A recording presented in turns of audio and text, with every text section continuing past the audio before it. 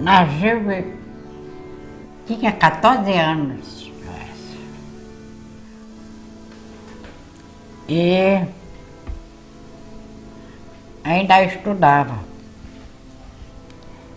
Aí eu comecei a ficar, tentar a mamãe. Queria trabalhar, queria ganhar dinheiro. Mamãe, meu filho, tu tá ainda estudando, como é que tu vai deixar de estudar para ganhar dinheiro? Eu estudava no Centro Caixeral, já fazendo contabilidade à noite. Eu vou para o Centro Caixeral, porque lá tinha a parte profissional e tinha a parte que corresponde ao ginásio, né? Eu vou para o Centro Caixeral à noite. Ali era nada. Saía, porque ali era muito fácil a gente sair para a praça, ir para as partes. Aí... E agora, mamãe, a senhora dá um jeito de arrumar um emprego para mim. O papai não se arrumava, porque o papai não pedia nada para ninguém.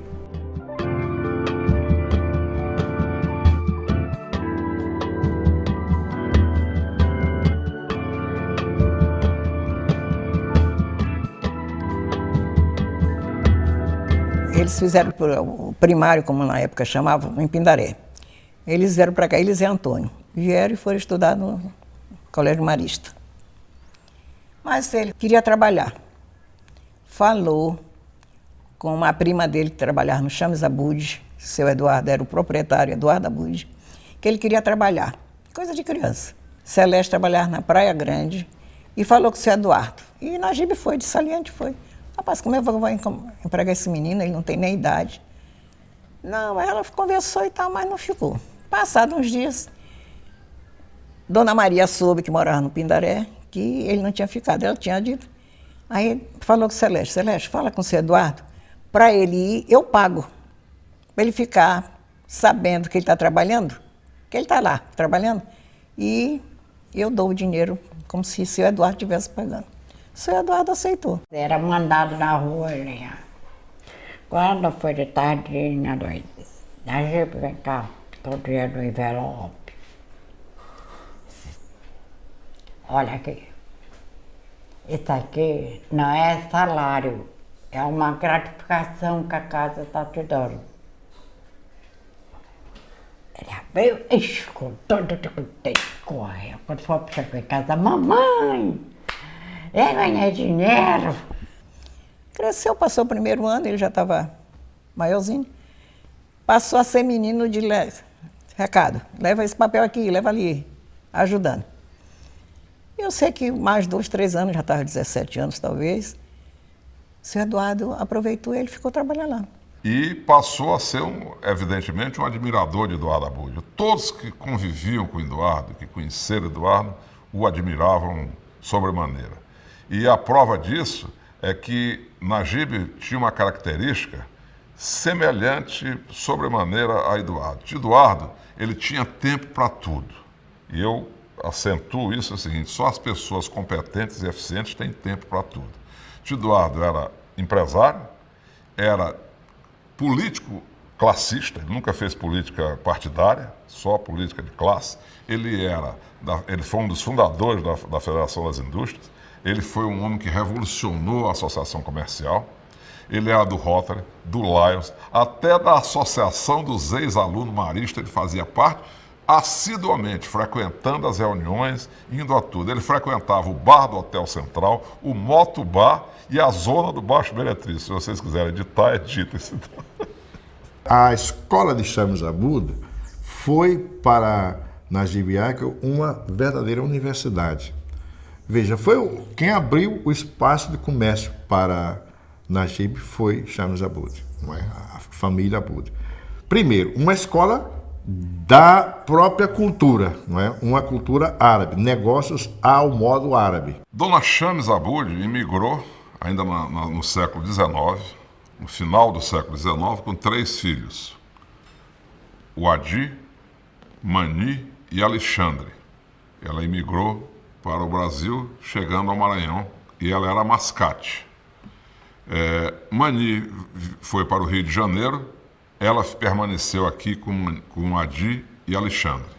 Começou assim o que viria a ser a saga dos Abud, através de uma empresa fundada por Adi depois, em homenagem à mãe, chamada Shams Abud e Companhia Limitada. Shams Abud era a empresa dona daquilo que era atividade comercial no Maranhão, tanto na capital como no interior, sobretudo através dos rios, que era o que existia naquela época de penetração para o interior.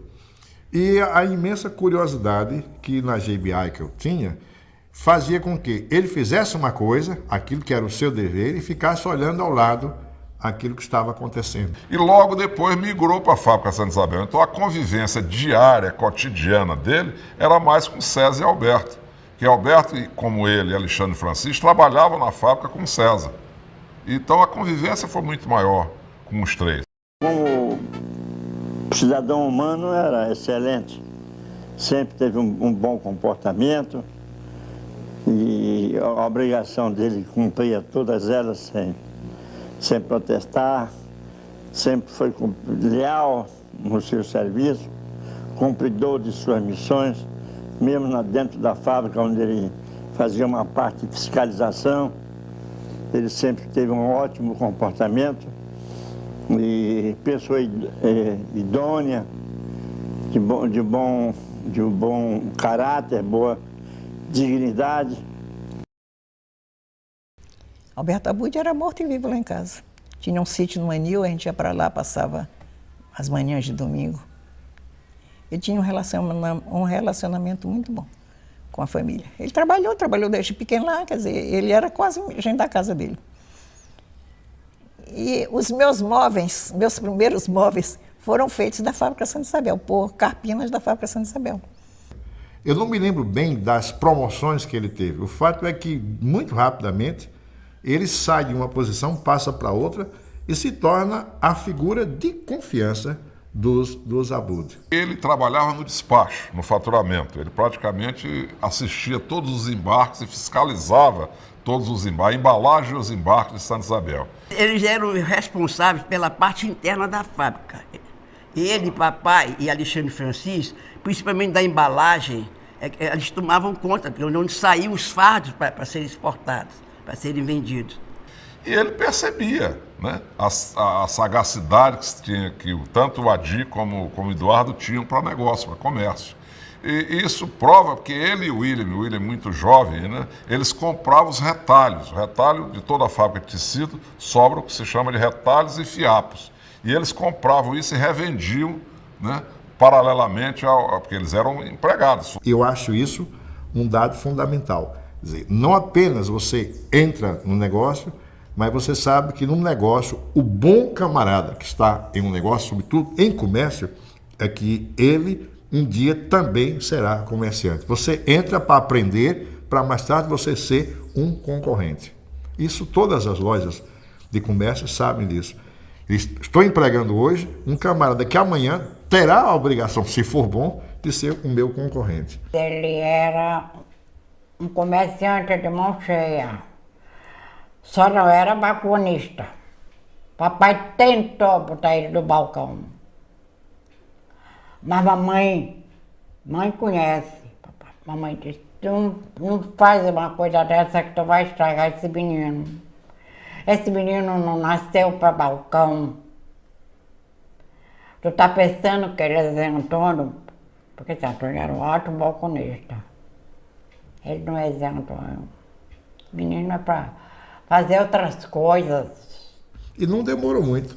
É verdade, os Abud já não dominavam mais a praça e, curiosamente, Najib Aikel, naquilo que foi a especificidade do seu comércio, foi incomparável. Não é? O comércio, sobretudo, de cimento, não é?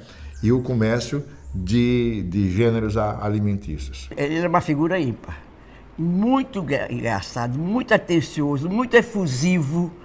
A gente se reunia lá no escritório do tio César e o que mais se ria dele e com Alexandre e com Alberto Abud. Os três eram os três mosqueteiros conhecidos lá na fábrica. Na fábrica eu já o conheci como Najib doido, até porque ele era muito ativo, muito alegre e ele sempre tinha uma piada, sempre tinha uma gozação.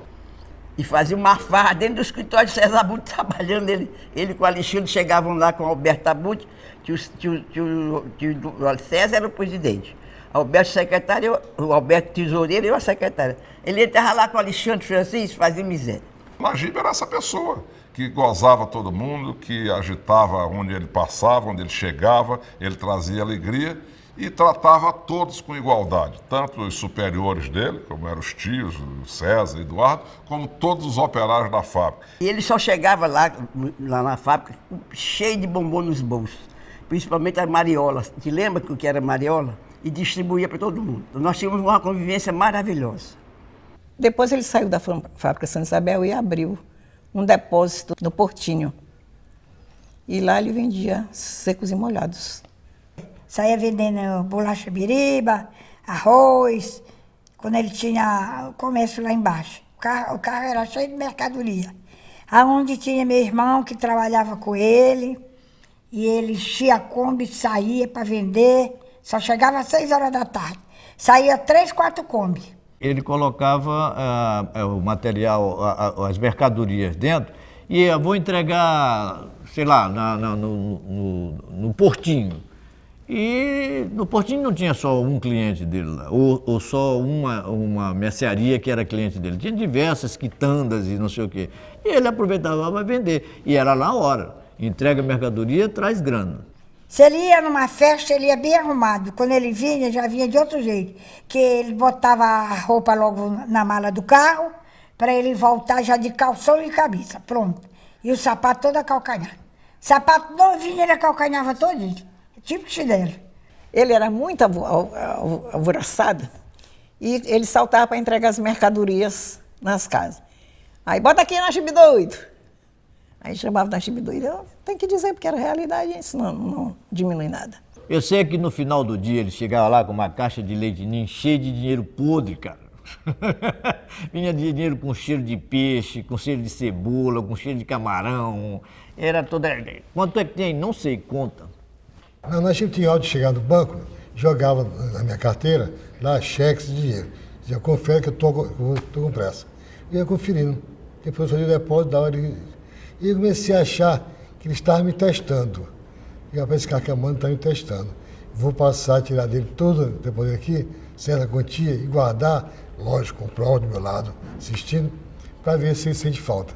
E fez assim umas 10 vezes, eu guardei o dinheiro no banco, a parte separada. Quando ele chegou um dia lá e disse, caramba, tu quer me testar? Eu disse, por quê? Porque tu chega aqui, tu não confere cheque, nem dinheiro, e vai-te embora. Será que não está me testando? Eu disse, por quê? Porque eu tenho o teu, se fosse hoje, 100 mil reais no cofre guardado que é teu, que eu estava tirando, tu não sentia falta. Ele dizia, ótimo, é sinal que eu tenho um seu companheiro amigo honesto. Depois ele mudou do Portinho para o Desterro. Nesta época, os barcos vinham da beira, lá do depósito. As pessoas saltavam do barco, compravam com eles cimento, arroz, tudo, e o comércio era até engraçado. Saía do barco, entrava no comércio, botava no barco e saía. Ele também teve um comércio muito forte de cimento, né? Já aqui no Anel Viário ele tinha uma indústria, um depósito de cimento muito grande. Ele levou muitos anos assim. Passado um tempo, ele abriu a primeira loja de conveniência, a Meruoca. A Meruoca é o Najib comerciante e marqueteiro, né?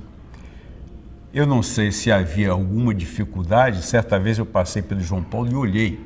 Era um pé direito, eu sou engenheiro civil, era um pé direito muito alto e talvez quase que impossível não se diz em engenharia, mas muito caro e muito complicado colocar uma porta, né, naquele armazém. Então, a Meruoca era o comércio que o Najib tinha e não tinha porta.